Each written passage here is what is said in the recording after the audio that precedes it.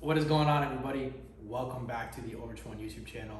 And the common intro here is, hey, look, we don't charge you guys for this information. If you guys get value out of this episode, please like, comment, subscribe to the channel, and send this to somebody who you feel like will get value from this information. And with that being said, what we're going to be diving into for you guys today is common false belief systems around money that are most likely going to be hindering your success, not just in trading, but in any type of business endeavors, whatever you're putting your mind to in the financial world. These beliefs are going to be limiting you. And the first one that I'm going to talk about is that the belief of like money not growing on trees, and that's something that our generation doesn't really talk about a lot. But this was like one of those, I don't even know what they're called, but they're like one of those little sayings that get passed down from generation to generation to generation. Yeah, it gets programmed into your paradigm. And it's like, hey, look, it was one of those things where I feel like parents always taught kids, like, look, like we're in this position, and it's like, money doesn't grow on trees. And what I want to tell you guys is that, like, look, and we were just talking about this earlier, like money is just an idea, you know what I mean? And if you treat this idea as a renewable resource like oxygen or like water or whatever, something that you don't feel scarcity towards, your belief system about your ability to acquire it is going to be completely different, right? So one of the things that we believe is that, like, in the law of sowing and reaping, right? So we pretty much believe that, hey, look, if you plant, you're going to reap the harvest. So essentially, like, you could think of it as like trees growing, right? Exactly. Trees growing. So if you use that same analogy, it's literally just like planting a field. So exactly. And it really comes down to the terms that, like, in this day of age, I'm 23, Jared's 25, and he's a millennial, I'm like Gen Z or whatever you want to call it. If we've always listened to our parents, and I love my parents, I'll never bash my parents or everything, but sometimes the way they think is not the correct way of thinking for us to hit our goals. I could say that because it comes to the terms, it's like, let's say they worked, a corporate job for years and years, and now they're making 6 figures or potentially even 7 figures with the grace of God. It took them a long time to get there, but you could see in this day of age that, like, there has never been like more millionaires and more younger, well-off people. There's literally people that are 15 years old on YouTube making millions of dollars, right, making like 6 figures in a week, right, big influencers at this level. It, like, the way that money has transferred to these younger individuals has been crazy, like, including us. It's just like, what I didn't think 5 years ago I would have been making money by pressing buttons or anything like that far. I would have thought I'd be working as a mechanic, making money, flat rate, literally just taking advantage of the time and being faster as a mechanic. That's what I thought personally. But you can see how, I wouldn't say it's the hardest thing in the world. It is not easy to make money at the end of the day, because it is a skill set. At the end of the day, like, money has its own language at times, and you have to know how to speak it. You have to know how to respect it. You can't just throw it all out and expect it all to come back. There's a reason that we have been given people that have made mistakes, in order for us to learn. There's 2 ways of learning: from trial and error, from other people's experiences. And guess what? People had to lose all their money and then make their money back to know exactly what they did wrong in order to keep their money. You can't just make $20,000 a month and then have $15,000 in expenses, and you have like, oh, I have $5,000 extra. Where's the money going? You don't know exactly where it's going. You really just have no clue. You need to have like a certain plan. We talked about it in other videos with money in order to know how to exponentially scale it. Because we may run businesses and everything thus far, but we're not a non-profit business. We're a for-profit business right. too. I remember I heard one of my managers in selling cars say that when somebody tried to offer him like a lowball price, he's like, hey fam, we're not a non-profit business, we're a for-profit, just to let you know that. I'm not here to give away cars either. I found that one pretty funny. Right. But yeah, it's not the hardest thing in the world. It is not easy, but you have to remember, look at this day and age where people are making money from different avenues. Like, you wouldn't know. People selling Pokemon cards, people trading, people literally like advertising on Instagram influencers, you know, TikTok, YouTube, different avenues, real estate, like, you know, all these new people, Airbnb, you know, all those levels. You have to realize it's not the hardest thing in the world to make. You just have to get around people that know how to make it and have a plan to scale up in your income. For sure. One of the things that you said reminded me of, it gave me like a whole different train of thought. And it's like another one of the beliefs that I don't think is right. And we heard this recently through a mentor of ours is that, you know, the attitude where like you want to almost like teach others and maybe like teach your kids or whatever the case is, like you just got to go out and get it. Yeah. You know what I mean? Like, hey, like just get it out the mud, go figure it out. And it's like,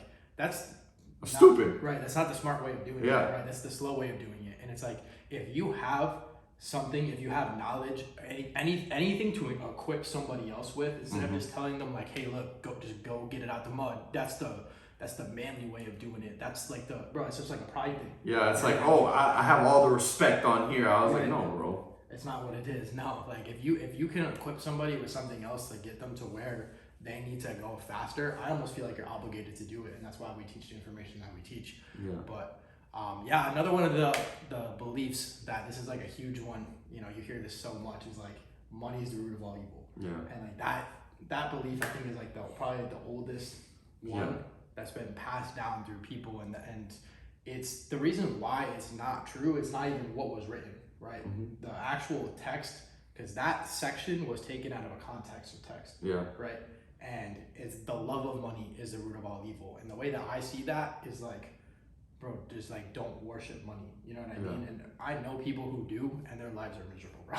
But anyway, going more into that, it's like you need to have something that you hold above. Yeah. Right. These like material things in your life, like money and like whatever money can get and whatever the case is. And it's like, I know between me and you, like it's not the number one in our life. We don't have like a love for it, but you can not have a love for something and not worship something, but you can understand it and you can understand how to make it, the skill sets required to multiply it, and how to, you know, create a harvest, you know what I'm saying, for yourself and for your family. So I believe that belief set in itself is very limiting, and it takes a lot of people out of what their true potential is to really get to a place where they can bless not just their own life, but the lives of people around them.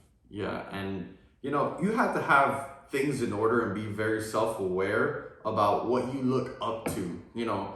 Yeah.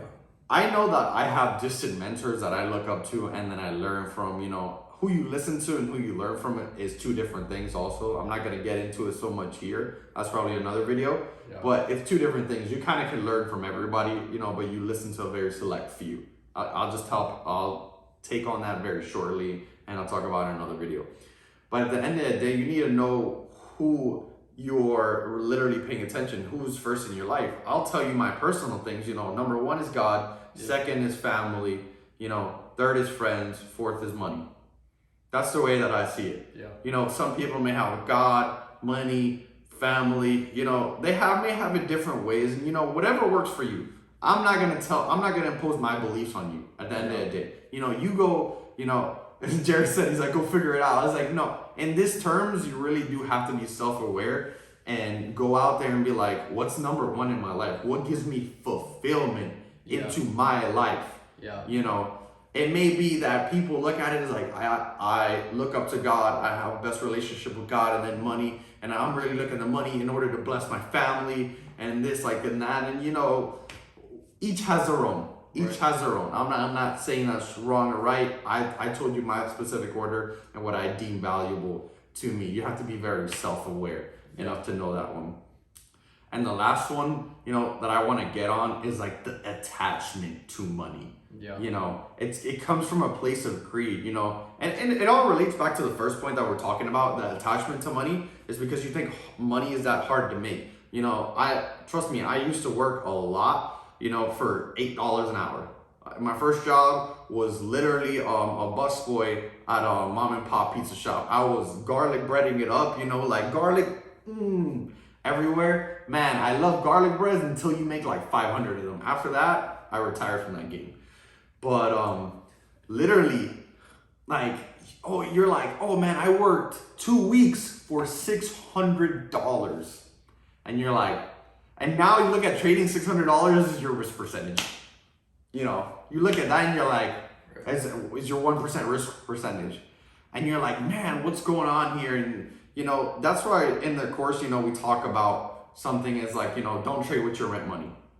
You know, don't trade with finances you're not able to, you're not able to lose. You know, if you can't cope with that, then, you know, what's the point? Like you're sacrificing like literally your inner peace. Yeah. Because then you're having a result of like, oh, I need to focus on this. If this wins, I'm lit. If this loses, I can't sleep anywhere next week or anything. You know, that may apply in terms of like business and things like that, like going all in on your business. And I've seen people do that. We've had mentors that have done that also as well. But in trading, that is not the point, because trading is really emotion. It's like emotion and money. You have money, emotions, that's it.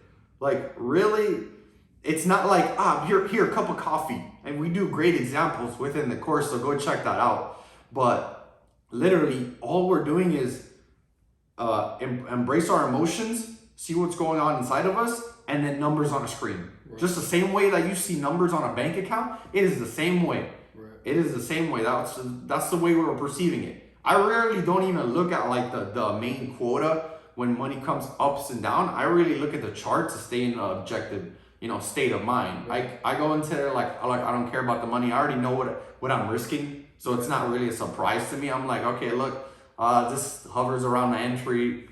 I don't even care if this goes in my direction. I'd rather be out, because this is not really something that I like personally in my trading plan. So, you know, it comes from a place of greed, and you have to know how to detach yourself and trade with money you're not, you're okay or willing to lose. And that's why, like, you know, funding companies are a great thing about that too. No, 100%. And look, I hope you guys got some value out of this video. If you guys have any other beliefs that you think that we should touch on and make other videos about, drop them in the comments below. And just grateful that, you know, you guys are here and helping us build this community around what we truly believe is, you know, really the keys to becoming consistent and proficient when it comes to trading. So with that being said, we'll see you guys on the next video.